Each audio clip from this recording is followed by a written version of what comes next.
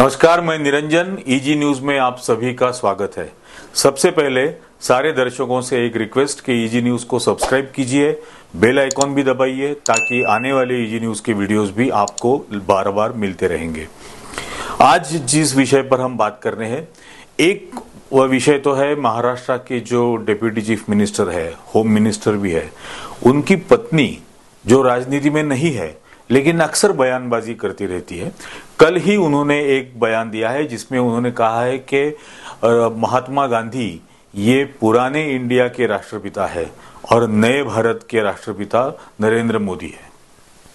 अब फर्क इसका समझना पड़ेगा।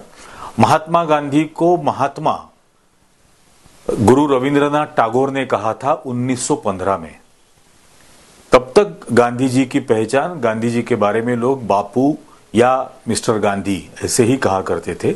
रविंद्रनाथ टैगोर, इन्होंने पहली बार गांधी जी को महात्मा गांधी के नाम से संबोधन उनका किया। उसके बाद आजादी का आंदोलन जब चल रहा था और सुभाष चंद्र बोस भारत से निकलकर जर्मनी जाकर उन्होंने एक आजाद हिंद सेना नाम की फौज बनाई और आजाद हिंद सेना के नाम की फौज बनाने के बाद जब उन्होंने एक रेडियो मैसेज दिया था, उस रेडियो के स्पीच में उन्होंने कहा था गांधी जी के बारे में कि वो गांधी जी इस देश के राष्ट्रपिता है। तो गांधी जी को राष्ट्रपिता या महात्मा की उपाधि ये गुरु रविंद्रनाथ टैगोर और सुभाष चंद्र बोस ने दी थी। वही रविंद्रनाथ टैगोर जिन्होंने भारत का सपना देखते हुए ये कहा था कि मुझे भारत कैसा चाहिए, जिसका वर्णन करते हुए उन्होंने कहा था कि चित्त जहां भय विहीन शीर्ष जहां उच्चरे, सत्य का गंभीर जहां वाणी का उत्सरे, ज्ञान जहां मुक्तरे, भेद ओ प्रभेदमयी कुंचित दीवार बीच, घिर घिर कर जगत जहां नहीं खंड खंडरे, चित्त जहां भय विहीन शीर्ष जहां उच्चरे। ये भारत का सपना देखने वाले रविंद्रनाथ टैगोर ने महात्मा गांधी जी को महात्मा कहा था सबसे पहली बार, और गांधी जी को राष्ट्रपिता की उपाधि सबसे पहले सुभाष चंद्र बोस ने दी थी।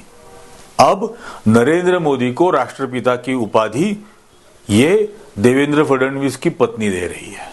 ये फर्क है, कौन किसे क्या उपाधि देता है और उसे किस तरह से पूरा देश मानता है।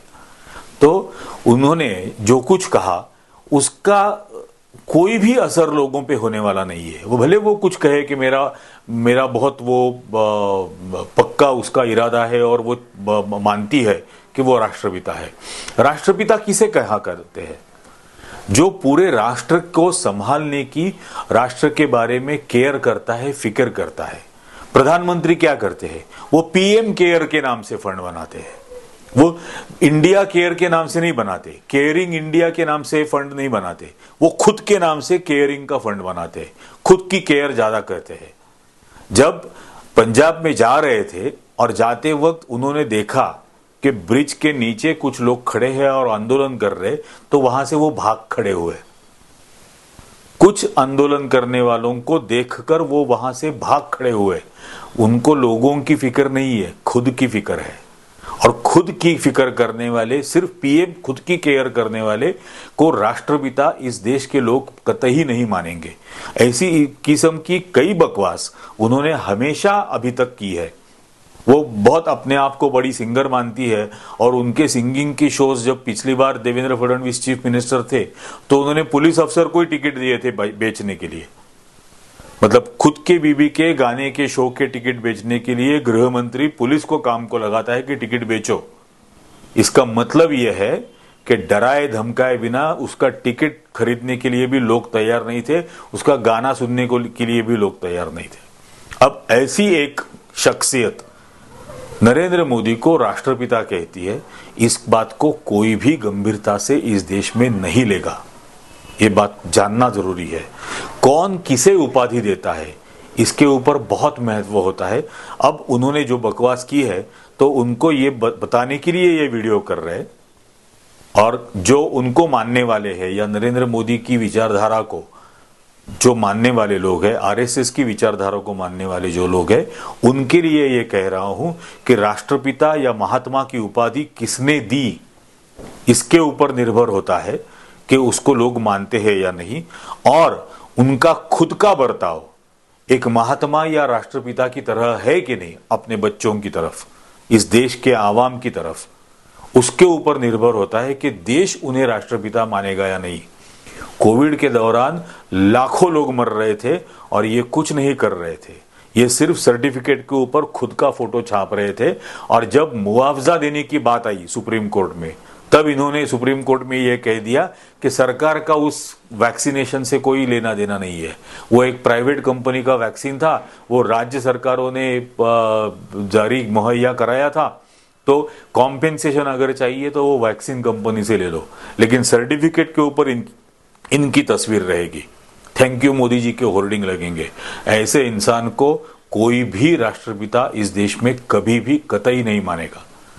मुझे लगता है कि लोगों को, और खासकर संघ की विचारधारा मानने वाले लोगों को यह संदेश जाना जरूरी है। अक्सर बातें वो जब करते हैं तो वो ये कहते हैं कि संघ के बारे में आप क्या जानते हो, कभी शाखा में आकर देखो। तो उसके बारे में मैं यही कहता हूं कि जहर पीने से आदमी मर जाता है, ये सच है या झूठ है, इसको टटोलने के लिए कोई जहर पीता नहीं है।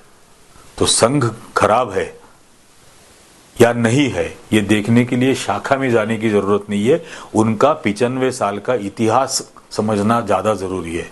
और वो इतिहास ऐसा है कि इस विचारधारा के लोगों को इस देश के लोग कतई राष्ट्रपिता नहीं मानेंगे, महात्मा भी नहीं मानेंगे। धन्यवाद।